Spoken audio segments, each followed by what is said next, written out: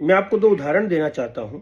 आपके घर में आता है एक चोर जो आपके घर से चीजें चुराता है, आपको पता नहीं लगता है और चला जाता है। और एक व्यक्ति आता है जो आपके घर पर कब्जा कर लेता है। तो चोर और कब्जाधारियों में आपको अंतर समझने की आवश्यकता है। 1600 ईस्वी के बाद अंग्रेज हमारे देश में 350 साल तक रहे। अंग्रेजों ने हमारे देश से चीजें चुराई और अपने नाम पर प्रदर्शित करने का प्रयास करी। बहुत सारी चीजें ऐसी हुई।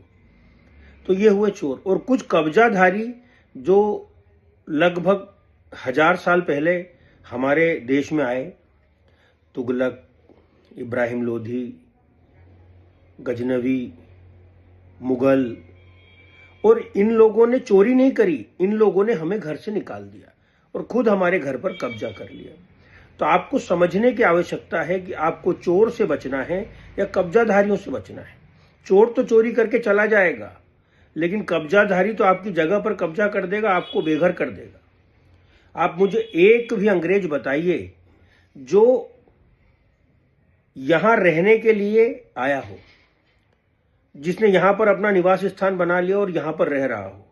जितने भी अंग्रेज भारत में रह रहे हैं वो सब धार्मिक रूप से, जैसे कृष्णा के फॉलोवर्स हैं, लॉर्ड शिवा के फॉलोवर्स हैं, विष्णु के फॉलोवर्स हैं, ये उनकी जो है धर्म की भक्ति के कारण यहाँ आके रह रहे हैं और वो व्यवहारिक रूप से हमारे यहाँ नहीं रह रहे हैं।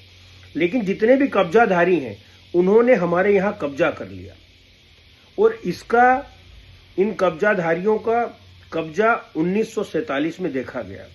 लेकिन दुर्भाग्य इस बात का है कि हमें जो पढ़ाया गया, हमें जो समझाया गया, हमेशा हमें अंग्रेजों के विरुद्ध पढ़ाया गया, अंग्रेजी हुकूमत, ये सब हुकूमत, जबकि हम आंतरिक रूप से इन कब्जाधारियों से लड़ रहे थे। ये कब्जाधारी हैं। आज भी हमें सबसे बड़ी परेशानी पाकिस्तान और बांग्लादेश से हो रही है। ये वही कब्जाधारी हैं जो कुछ समय